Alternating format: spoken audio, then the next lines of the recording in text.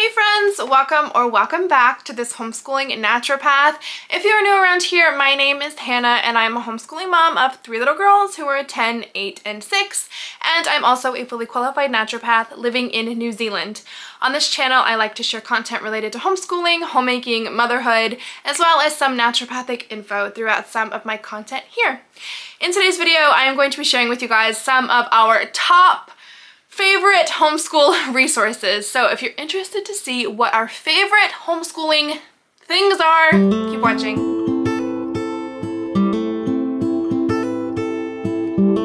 If you are new around here, like I said in my intro, my name's Hannah. I'm a homeschooling mom of 3 girls. They are ages 10, 8, and 6, and we are currently on our 3rd year of homeschooling. So I'm not like a homeschool veteran. I don't have, 10 years under my belt, but I have, learned as we've gone along with our time of homeschooling what I like and what I don't like. And of course, we all have our favorite things, right? We all have preferences, and I'm sure if you're a homeschooling mom like me, which most of you probably are, I'm sure you also have your absolute favorite things that you continuously go back to again and again in your homeschools. So I thought it would be fun today to share some of ours with you guys and maybe give you some ideas. Maybe there's something you've never seen before. Maybe there's something you'd like to try in your own homeschool. So let's get into it. And I've got my phone in my hand because I made categories. I've got 4 categories I'm going to be sharing with you guys today, and this is my list, just so I don't forget. First of all, for our 4 categories, I have got favorite book series. So I'm going to be sharing our absolute all-time favorite book series, and this was really hard to pick, but we narrowed it down. My girls helped me compile this list as well, so it wasn't just me.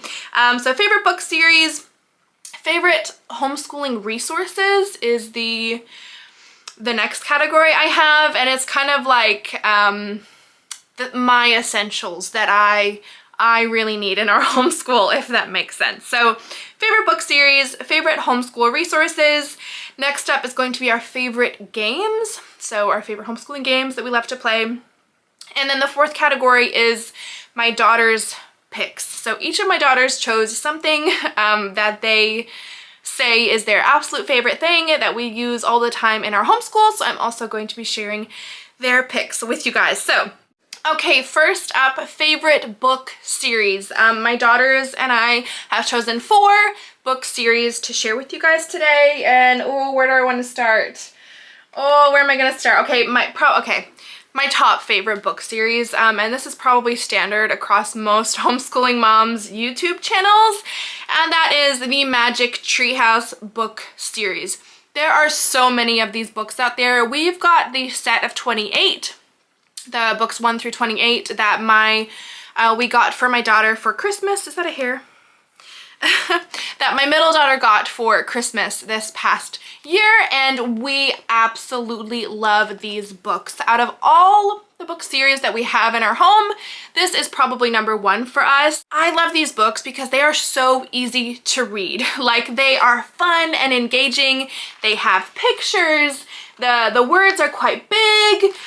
They're super short. They're easy, fun reads. So I really love these to read them as read-alouds to my girls. And we have done that probably with every history topic and science topic that we have ever studied in our homeschool over these past 3 years. There is a Magic Treehouse that can be read as a read-aloud alongside that. So, with every history topic we've done in Story of the World, whether it was ancient Greece, ancient Rome, Egypt, everything, like the medieval times, there is a book that goes along with it. We did a full moon unit study at some point, whether it was last year or the year before, and there was a moon mission book that we read alongside of that moon study. It's just, yeah.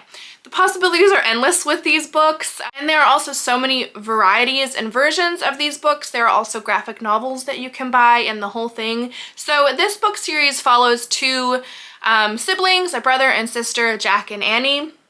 And basically they go into this treehouse, and in the treehouse they are constantly taken to different points in time. And of course, there's so much learning that comes from all of this travel. They're constantly, you know, learning new facts and all of that. And the brother Jack is always writing little facts down, so you get to see those as well. I wonder if there's an example. Oh yeah, here. So this is the dinosaur book. This is book 1, Dinosaurs Before Dark. And for example here, he's taking some notes about what this particular dinosaur eats and what have you. So it's almost, it reminds me a lot of the Magic School Bus books, which we also love. They're not here today for me to show you guys, but it's a very similar vibe. You know, it's a brother and sister, they're on a journey and they're just learning and learning and learning. And of course, as you're reading that, your kids are learning alongside of them. I just really love these books to have them alongside of our history and science topics to just kind of reinforce those topics that we're learning about, because it's great to have learning from different angles, and it's really nice to have a read aloud that's fun and engaging and exciting for the kids to follow along with.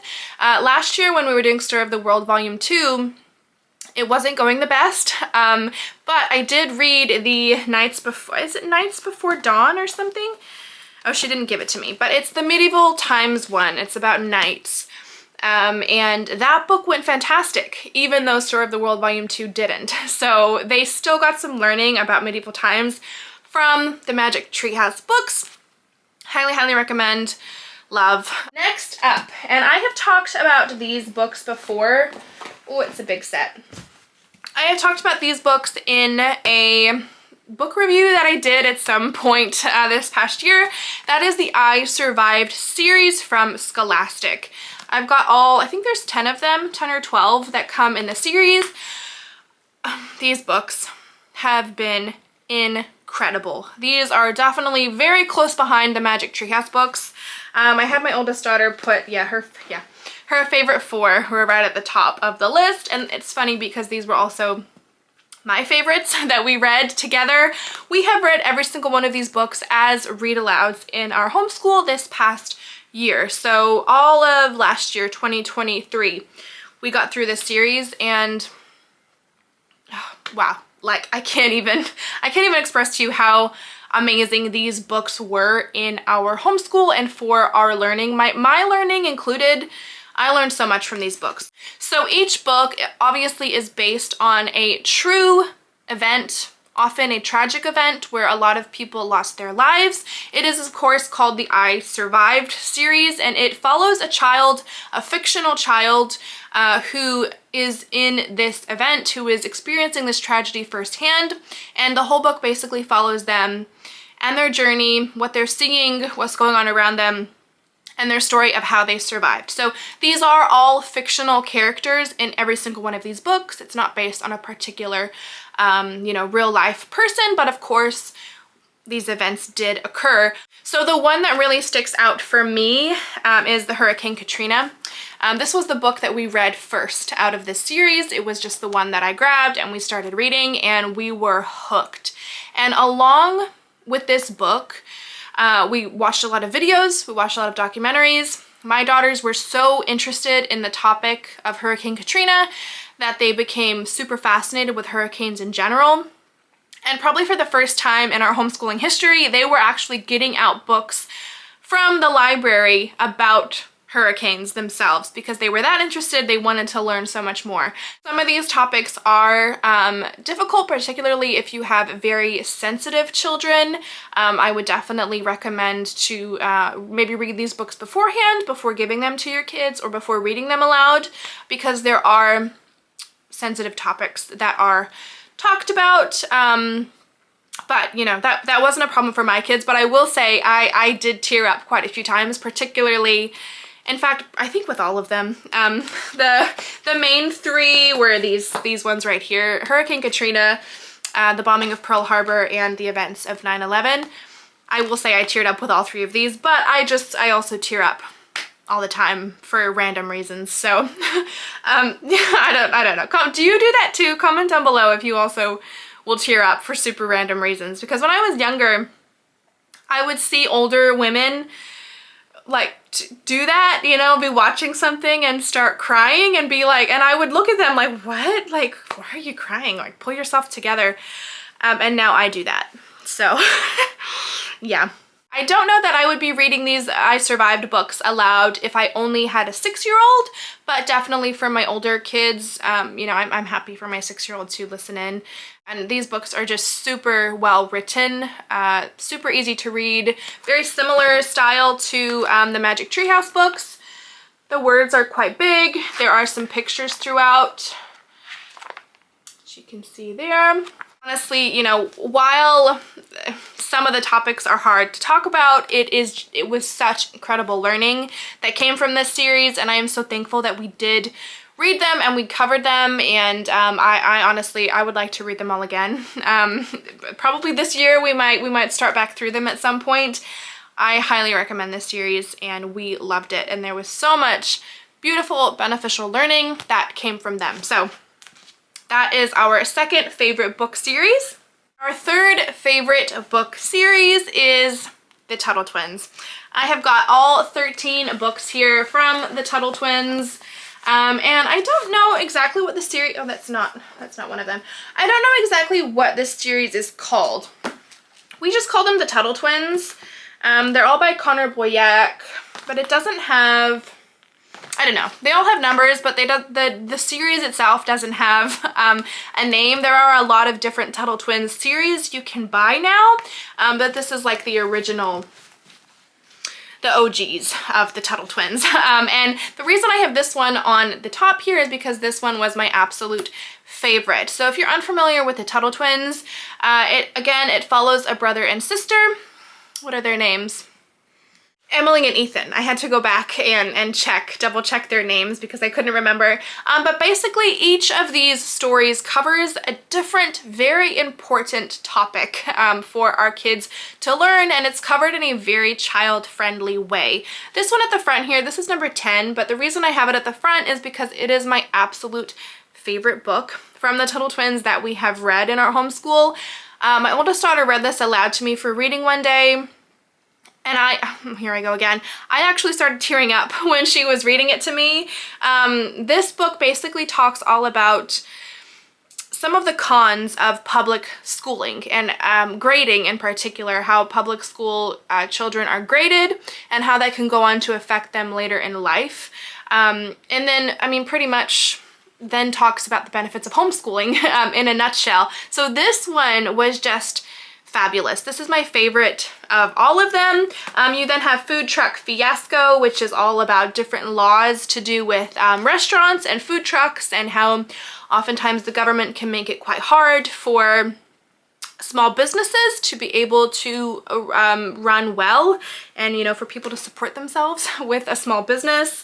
Everyone is different. Like every single book covers a different, very important topic, and we just absolutely love these books. They talk about inflation, they talk about you know, money and law and government and all types of different things. Oh, the magic pencil, oh, the miraculous pencil. This is probably our second favorite one.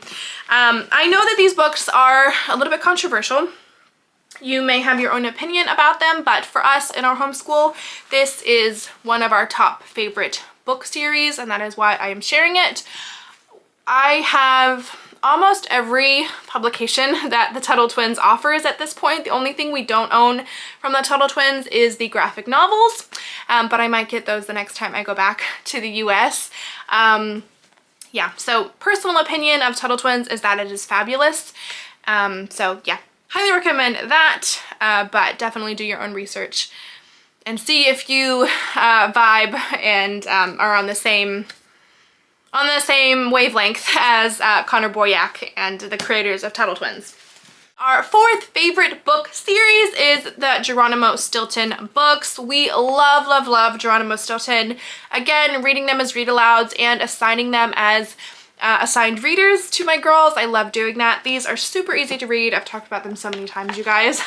I'm sure you're probably a little bit sick of them. But they're super colorful, the words are big, some of the words are, you know, spelled differently to accommodate mouse words, and yeah. There's typically always a book, again, just like with the Magic Treehouse, there's usually always a book that coincides with an era of history or a science topic that we're studying. For example, this one. And my oldest daughter picked these books out. These were some of her favorites. So The Curse of the Cheese Pyramid, we did read this as a read aloud when we were studying ancient Egypt a couple years ago. And again, it's just really cool to have a fun read aloud that the girls can engage with and have alongside of our history topics to just reinforce that learning. And then they also have really fun ones like this one here. This is Thea Stilton, but it's, you know, it's from Geronimo Stilton. They also have really fun ones, Lights, Camera, Action. Race Across America, this is a good one for US geography. Rumble in the Jungle, like, you know, kind of Amazonian vibes. And then what else did she pick? I don't think we've even read these two aloud. She may have read these ones on her own. But yeah, they have so many different books to choose from, and I love, again, reading them alongside of our history topics or science topics. All right, that is it for the homeschool book series favorites, and now I'm going to move on to homeschool resources favorites. And I had a hard time deciding what to pick for this part of my homeschool favorites. I wasn't sure if I wanted to do different categories, but I managed to narrow it down to like the essentials that I use all the time and that we genuinely like need in our homeschool. So first off, and this is like probably my top favorite thing out of everything I'm showing you today, probably I would honestly say my top favorite thing in our whole homeschool, and that is my plum paper planner. So I have a full video with a full flip through on my plum paper planner. This is my second year using a plum paper planner. How many times am I gonna have to say that? I love that you can customize these to fit exactly what you want and to suit your homeschooling needs to the T. I think it's fabulous. What I don't love so much is the price point, because this is very expensive to get it shipped here to New Zealand. But you know, that's another discussion for another time. But link down below the full flip through that I have of this if you guys want to see some of the inside. But yeah, fully customizable. Oh, I can't recommend enough having a beautiful planner that you like to look at, like visually, because it honestly keeps me really motivated at the start of a new week. You know, when maybe I'm kind of tired and I'm not overly interested in you know, starting our homeschooling day or whatever, just like being able to hold this and like, you know, be with it and look at it and open it it's exciting for me. And that might sound silly, but you know, if you're a homeschooling mom, you could probably relate. I really like decorating it how I like, and the whole thing, it makes me feel nice and it makes me excited about our homeschooling week. So yeah, that is probably my top favorite homeschooling resource that I have to share with you guys. And along the same note of that are pens. I'm sure, like many of you, you can all relate that we have favorite homeschool pens, right? As homeschooling moms, we all have our preferences. So my all-time favorite pen are the Friction pens. These are the ones that I like to use, and the reason solely is that I make a lot of mistakes. You know, I want to keep my planner looking beautiful, and I don't want to use a pen that I can't erase, because then it's stuck in there and then it looks ugly. So I really prefer to use Friction pens. I've got a couple of different ones here. This one's like a cap one. You can take the cap off. They come in a lot of different colors and all of that. So Friction pens are my best friend when it comes to our homeschool. Honestly, I use them all the time for so many different things, and I love them. Okay, my third favorite homeschooling resource is, of course, my Epson EcoTake printer. This printer, you guys, I can't even explain to you how phenomenal this printer has been in my past few years of homeschooling. I honestly don't know where I'd be without it. And actually, I want to tell you guys a quick little story here while I have the overlay going. So when we very first started homeschooling, I was looking into the good and the beautiful. If you follow along over here, you know that is what we typically use now in our homeschool. However, when I was first looking into it, I was trying to figure out options to print it myself. At the time, I did not have a good printer. It was just black and white. It was one-sided. And so I was looking at options to have it printed through a print shop here in the city we live in, the warehouse stationery. If you live in New Zealand, that is where I went. And I took, I think I had 4 The Good and the Beautiful books, and they're pretty thick books. So it was about 300 pages per book. And then I had some smaller things that I wanted printed. And I think in total it was about 8 books that I wanted printed from the warehouse stationery. And you guys, and I'm not even kidding, I was quoted. This is the price they quoted me. So to have those 8 things, those 8 books printed, the covers laminated, and to have them bound, you know, with binding, I'm not even joking, you guys. The warehouse stationery here in New Zealand, which is a print shop, they quoted me over $3,000 to have that stuff printed and laminated, the covers laminated, and to have them bound. Over $3,000. I'm not even joking. And and honestly, I was like, you must be telling a joke. Like there were a couple men in there, and they thought I was crazy. They were like, oh, you want double-sided with color and the covers laminated and you want them bound? Oh, like they thought I was crazy, and I was really confused as to why until they told me that price. So obviously that was not an option, because seriously, I could fly to the United States and back, get the actual printed books from The Good and the Beautiful myself.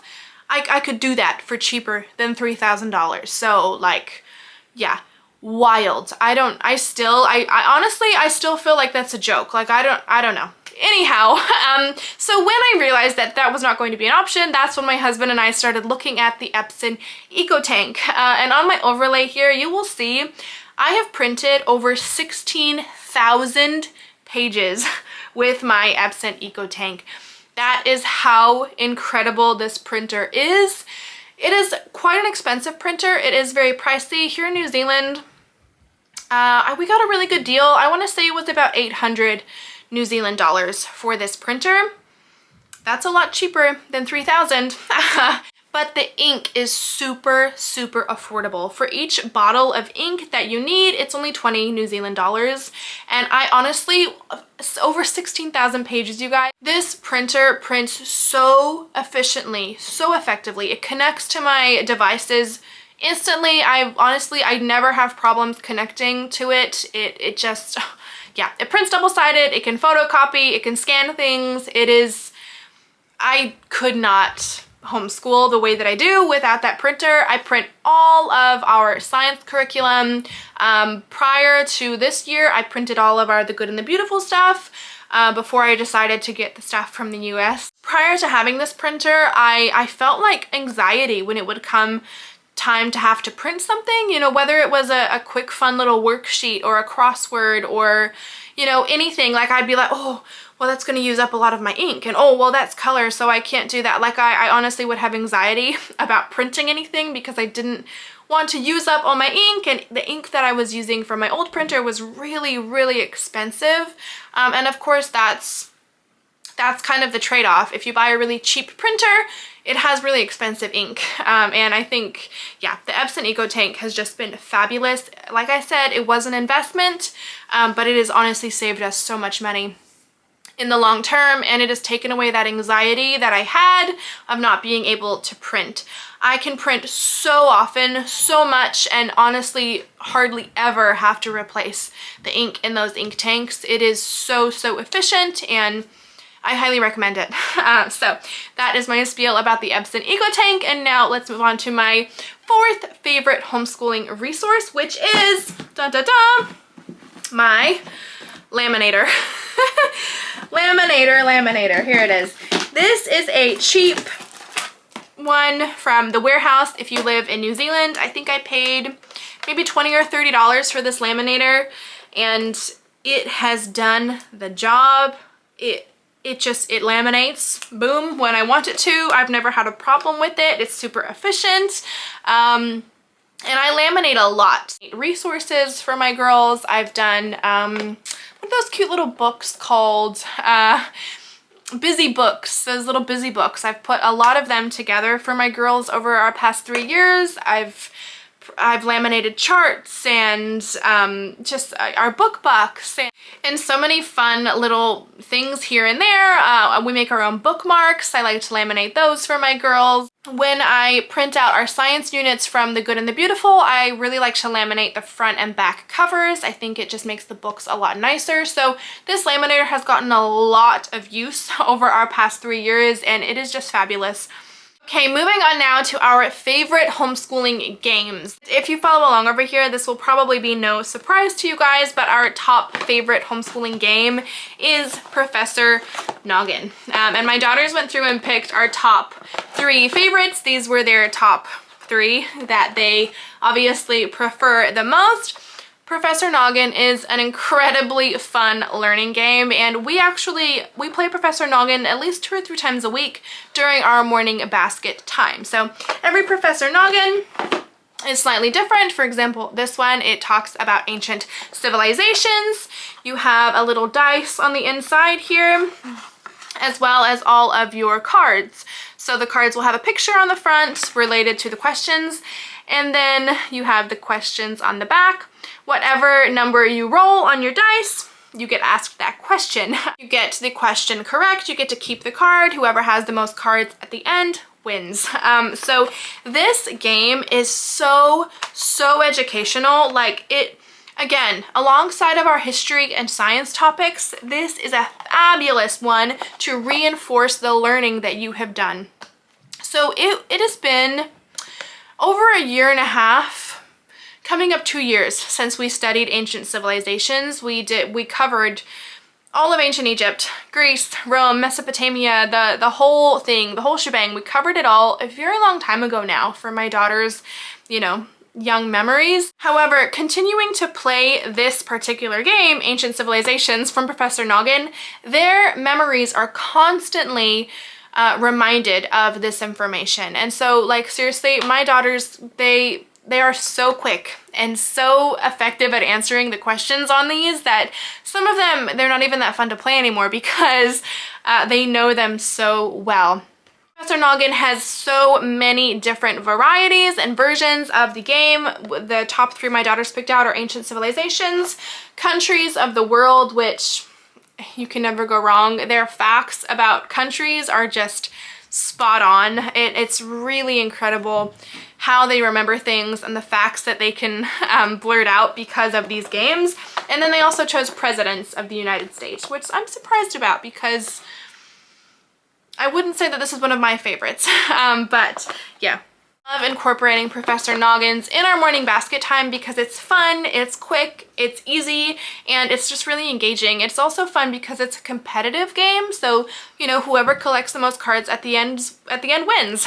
So it makes it really fun for the girls in that regard. So yeah, this is probably our top favorite homeschooling game.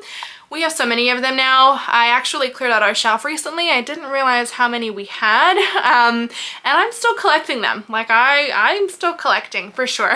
It's really nice to have a Professor Noggin that goes alongside of a topic that you're studying. They have a lot of science ones, they have a lot of history ones, what have you. So highly recommend Professor Noggin in your homeschool if you do not already have them. Carrying on, this video is getting a little bit long now. The next game that my daughters picked for our homeschool favorite games is Sushi Go. I don't know how educational this game is, but their suggestion was that because we have to count up all of our points at the end, that it is educational in that regard. Sushi Go is such a fun game. This is actually probably our favorite family game that we play. We have family game night every Sunday, and this game tends to be the one that we go toward the most at the moment. So you get all of these different cards. They have a lot of different, oh, they're all upside down. A lot of different like sushi related things. You have like tempura, you have shrimp, you have nigiri, you have, what have we got? Sashimi, and then of course, regular sushi. And basically, how this game works is it's like a strategy and logic game at the same time. So each card represents different points, and your aim of the game is to get more points than your opponents. Whoever has the most points at the end wins. And so the whole game, you're just kind of trying to strategize who has what, how many points you're gonna get at the end based on what cards that you have accumulated. It's a really, really fun, very like highly competitive one. It's also super easy and convenient to take places because of the cute little thing it comes in, the cute little tin. So I just throw this in a bag whenever we're going places, when we go to dance class and we're waiting around. Where's sushi go? Throw it in the bag, and we'll take this to restaurants even when we're like waiting for our food to come. We'll sit at the table as a family and play sushi go while we're waiting. Then our next favorite homeschool game that I have to share with you guys are brain box games, and these are very similar vibe to Professor Noggin. I've just grabbed the world and our world history here, and in here, I hope the timer, oh yeah, cool. So you get a what is this called? A timer, like a sand, I don't know, it's just a timer, right? Has all of these different cards. For this one here, all about Australia. So basically how you play, so you would set up your timer, and the timer is 10 seconds long. You set the timer, and then the person across will hold up the card. You have 10 seconds to look at the card. And then as soon as your timer runs out, the card is turned away from you, and then the person, based on the number you roll on the dice, which I don't have the dice in here, then the person will read off the question that correlates to the number that you got. So for example, how many people can you see? Some of them are super straightforward. And then you would have to think, oh, how many people were on the card? There's 3. So yeah, and then you can see they get a little bit harder. If the camera will focus, the questions do get harder the further down the list that they go, and so there is a lot of learning involved here. We've got the didgeridoo, we've got Uluru, we've got the boomerang, we've got the Aboriginal flag, the whole thing. So there is a lot of learning that comes from these cards as well. And again, similarly to Professor Noggin, there are a lot of different versions of the brain box games. Here are some of them. There's Harry Potter, football. There's also like reading ones. I'm pretty sure they have like numbers and words and things like that. So yeah, there's a lot of these. These are our 2 favorite. We've got the world, which is geography, and then world history, which is obviously, you know, more like social studies and history and stuff like that, and people. I'll show you some more examples. There's the Incan Empire, Captain Cook back here, California Gold Rush. Yeah. Oh, Pilgrims? Pilgrim Fathers.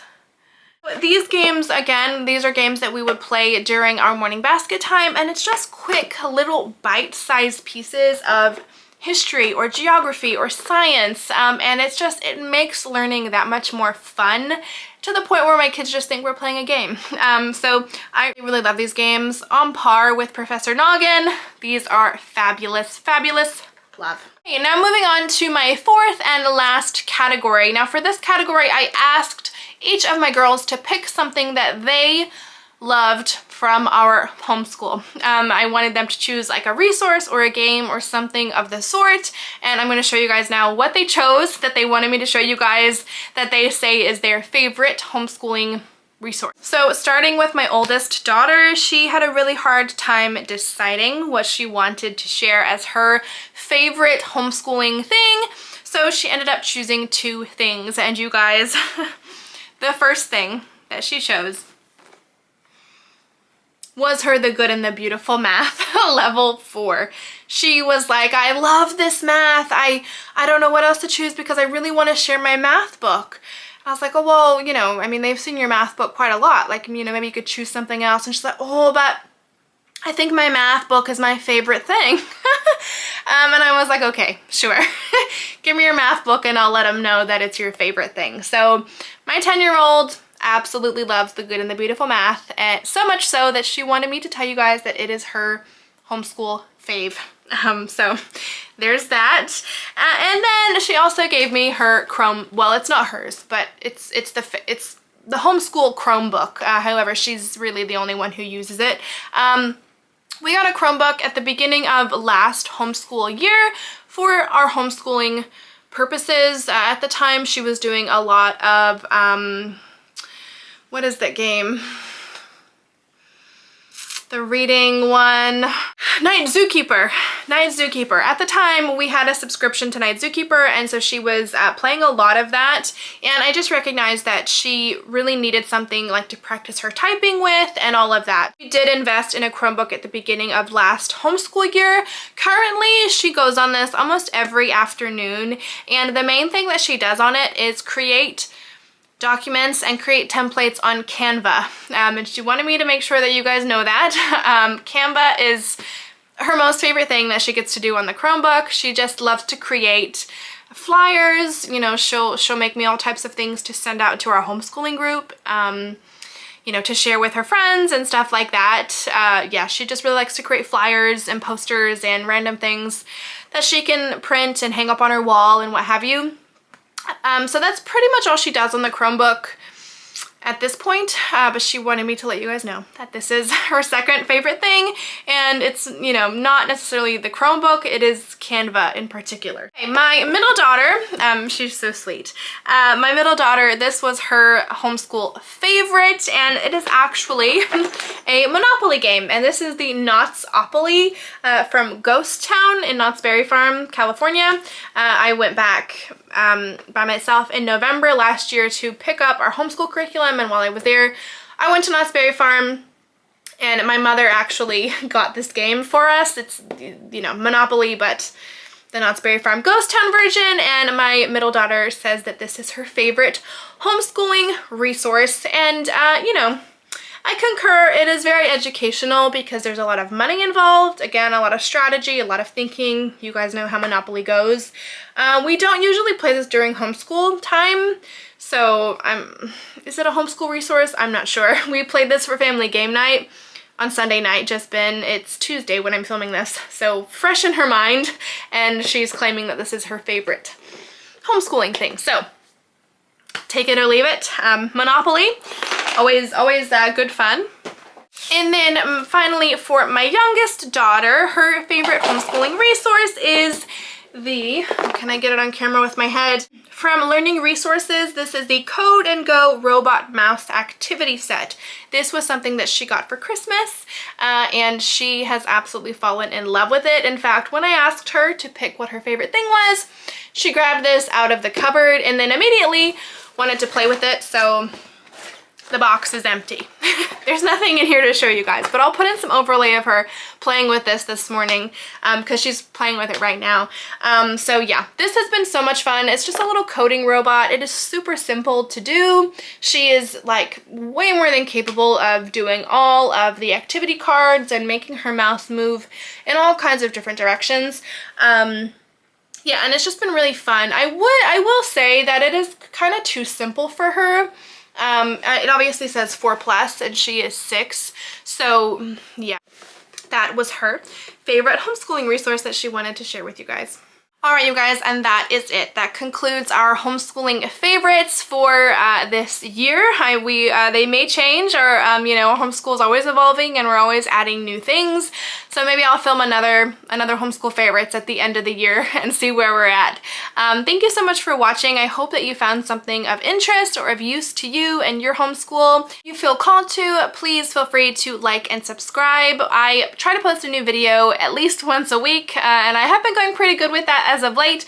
And also, I always have my Instagram link down below if you want to follow over on Instagram. I post a little bit over there each day, what we're doing, you know, nature walks we're going on and stuff like that. So if I'm not over here on YouTube, I post over there on Instagram. So please feel free to follow over there as well. I will catch you in next week's video. Take care. Bye.